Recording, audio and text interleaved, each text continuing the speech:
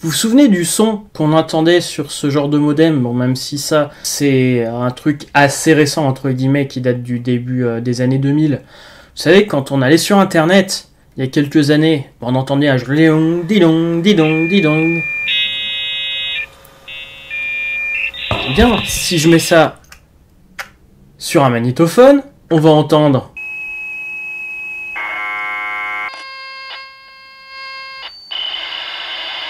Ça y ressemble un poil quand même, non?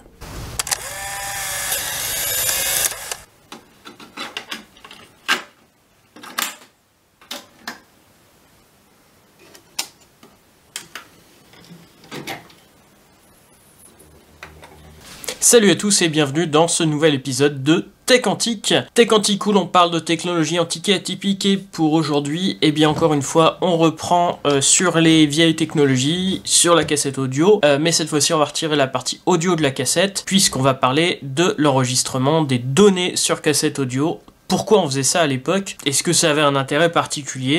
Eh ben on va voir que oui, même si c'est compliqué. L'introduction pour vous expliquer qu'en fait, les techniques étaient quand même similaires sur l'envoi de données sur le téléphone, ainsi que sur la cassette audio, qui était faite au départ pour enregistrer de la voix sur une bande magnétique, alors que de l'autre côté, le téléphone, c'était pour envoyer de la voix sur un fil. Donc après, quand on avait voulu faire communiquer des ordinateurs entre eux, ils parlent pas forcément le même langage que nous.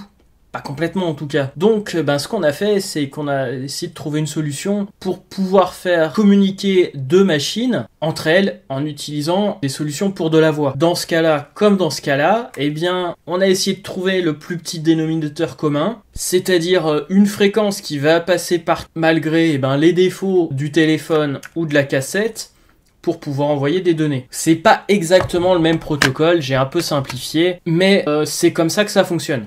Au départ, vous vous souvenez, dans les grandes salles où il y avait des ordinateurs, puis les premiers tout petits ordinateurs qui sont arrivés, bon je dis vous vous souvenez, mais en fait même moi j'étais pas né, je suis vieux, mais quand même, pas à ce point-là. Dans les fins des années 60, début des années 70, et donc on avait à ce moment-là des solutions très très complexes pour enregistrer des données. Donc quand les petits ordinateurs sont arrivés, il a fallu trouver des solutions plus économiques. Donc la solution a été trouvée avec le protocole nommé le Kansas City Standard, KCS, qui permettait de produire une sinusoïde, donc de 4 périodes à 1200 Hz, ce qui permettait de produire à 1200 Hz un 0, 2400 Hz pour un 1, ce qui faisait du 300 bauds, donc 300 bits par seconde. 300 bauds, ça fait 37 caractères ou octets à la seconde. Ce qui signifie que sur une cassette de 60 minutes, vous aviez l'extraordinaire taille de 131 kilooctets. C'était sans compter avec les corrections d'erreurs s'il y en avait, et ce qu'on appelle les handshakes, c'est-à-dire au début de chaque programme, on avait une en-tête qui permettait de dire à l'ordinateur que c'était le début d'un programme et que c'était pour un ordinateur précis. Bien sûr, comme toute l'informatique de cette époque-là, ça a évolué très vite, mais sur les cassettes, ça n'a pas évolué si vite que ça. Le standard d'après, en 1981, c'était un standard à 1200 bauds, donc on pouvait juste stocker 4 fois plus de données seulement. Par contre, utiliser une cassette, c'est bien, c'est pratique, ça se trouve partout, mais ça posait quelques problèmes. C'est pour ça qu'on stockait si peu de données dessus. Une cassette, la bande peut se déformer, se démagnétiser, perdre une demi-seconde de musique, c'est pas très grave, perdre un ou plusieurs bits sur un programme, on a un programme qui est inutilisable. Donc il faut quelque chose le plus simple possible, de façon à ce qu'il y ait peu de chances de perte et que la cassette soit inutilisable. En plus, sur la cassette, pas d'accès direct. C'est-à-dire que il faut prendre en compte le compteur qu'on va retrouver ici, et sur ce compteur-là, on va pouvoir aller à un endroit précis de la cassette et lire pile à ce moment-là.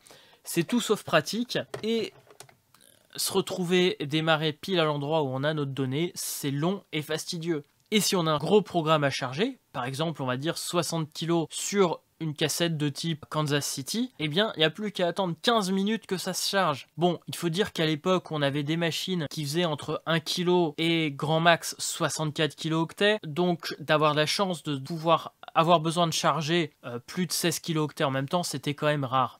Le standard s'est amélioré, et dans les années 80, La plupart des ordinateurs, comme les MSX ou les Amstrad, pouvaient stocker 1200 ou 2400 baudes, et sur les meilleurs lecteurs, on a même trouvé 9600 baudes.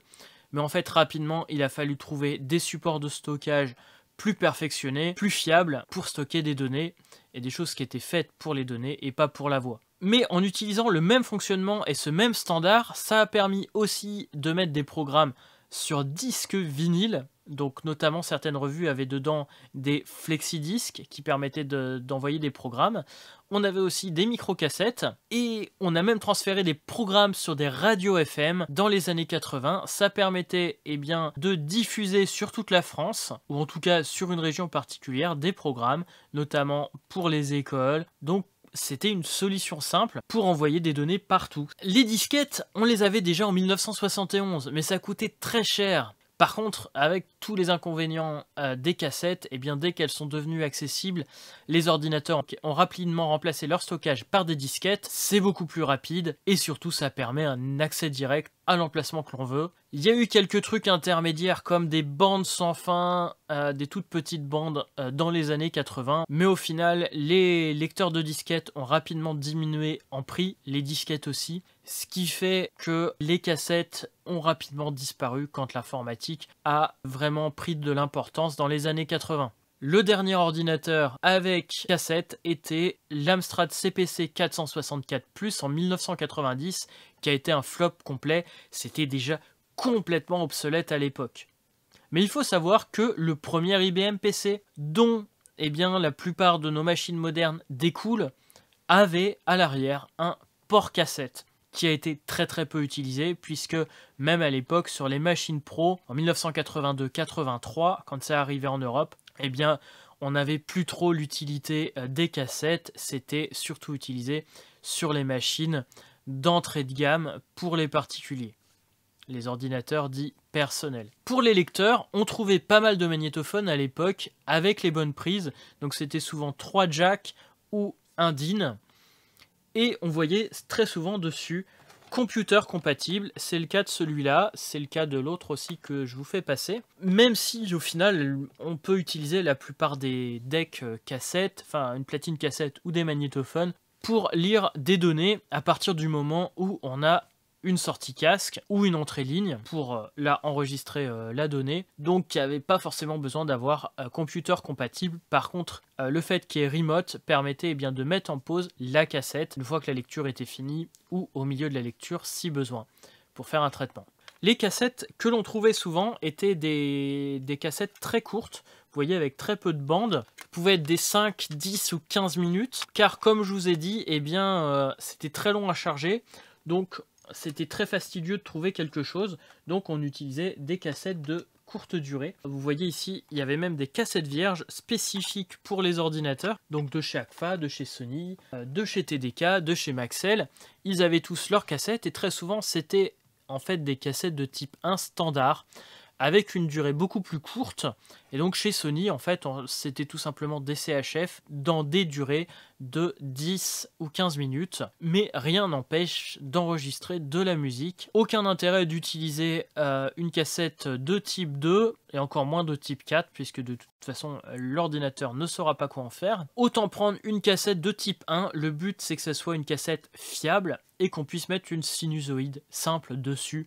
Donc encore une fois, c'est pas de l'opéra qu'on passe, donc pas besoin d'avoir des très hautes fréquences, ni des très basses fréquences d'ailleurs. Le but c'est d'avoir des fréquences au niveau mid-range, donc 1200 ou 2400 Hz, un peu plus si on a un peu plus de données, mais c'est tout ce qu'on a besoin. L'avantage d'utiliser aussi une cassette audio, c'est qu'en fait c'était super simple de dupliquer une cassette. Il suffisait de dupliquer une cassette comme on dupliquait de la musique, et dans les cours de récré c'était super simple de pirater les jeux. Donc on retrouvait très très facilement les différents jeux en cassette, puisqu'il s'agissait de simples cassettes audio qui passaient très bien dans les magnétophones comme dans les decks classiques, juste inécoutables, mais pour la copie aucun souci. Même si utiliser une cassette, c'est vraiment sympa pour le côté nostalgique. J'aime bien les cassettes pour la musique, mais je dois dire que pour les ordinateurs, les cassettes, c'est quand même pas pratique du tout. On a des solutions modernes, donc ici pour Amstrad, mais il y a aussi à base d'Arduino et de Raspberry Pi Pico par exemple, un tas de solutions directement pour la plupart des ordinateurs. Ou alors on a la solution simple, c'est télécharger le fichier Wave ou le fichier de l'équivalent de la cassette et utiliser une simple cassette de ce genre là. Et vous pourrez directement lire votre cassette sans avoir peur que la bande s'abîme ni que la courroie soit abîmée, puisque le signal sera tout simplement envoyé classiquement ici électroniquement. Donc c'est beaucoup plus simple d'utiliser ça que de se prendre la tête avec les cassettes audio, puisque les cassettes audio c'est bien pour l'audio, mais pour la donnée il faut dire que c'est devenu complètement obsolète de nos jours.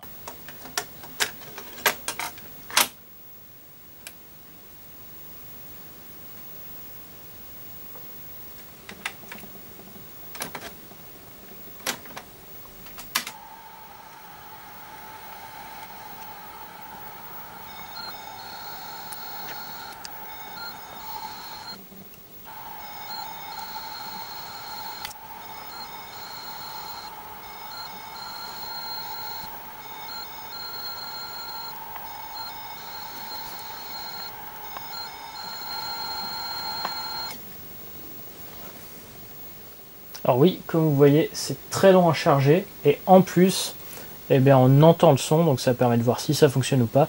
On entend le son de la cassette directement sur le haut-parleur. Sur certaines cassettes, comme celle-là par exemple, on avait une face audio, une face de données, et il y avait aussi pour certains ordinateurs, notamment les Thomson, où des fois il y a deux pistes. Donc quand c'est des cassettes en stéréo, c'est pas le cas de l'Amstrad, où on pouvait avoir une piste de données et une piste audio qui permettait donc sur le magnétophone du Thomson de pouvoir par exemple mettre de la musique ou du son en même temps que de la donnée. Sur l'Amstrad, c'est des têtes mono, donc c'est une face de données, une face audio, mais logiquement on ne mélange pas les deux sur la même face.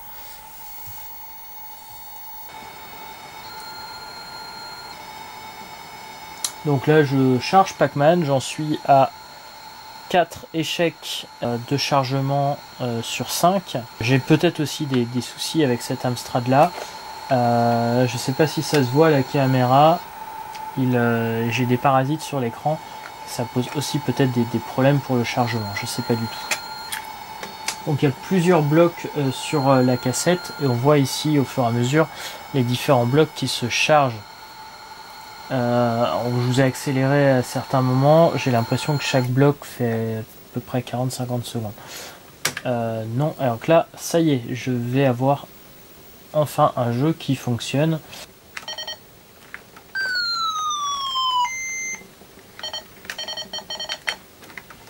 Mon clavier a des soucis.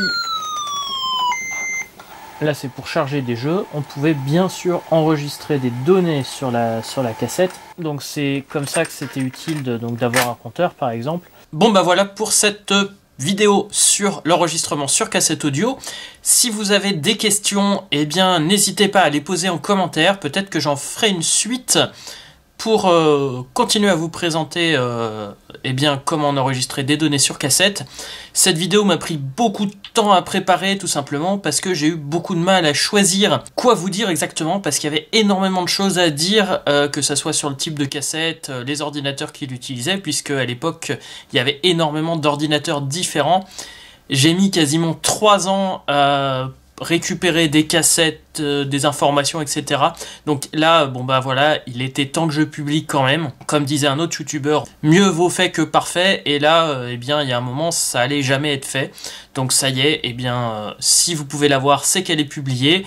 Elle est loin d'être parfaite, je sais très bien, mais il y a un moment, voilà, il faut quand même publier.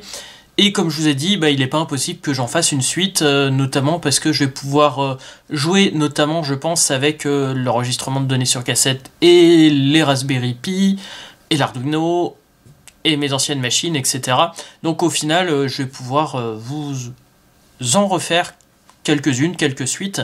Donc si vous avez des questions, n'hésitez pas à les poser. Et sur ce, eh bien, je vous donne rendez-vous très bientôt pour un nouvel épisode de Faute Antique ou de Tech Antique. Sur ce, soyez authentiques et atypiques, et à bientôt!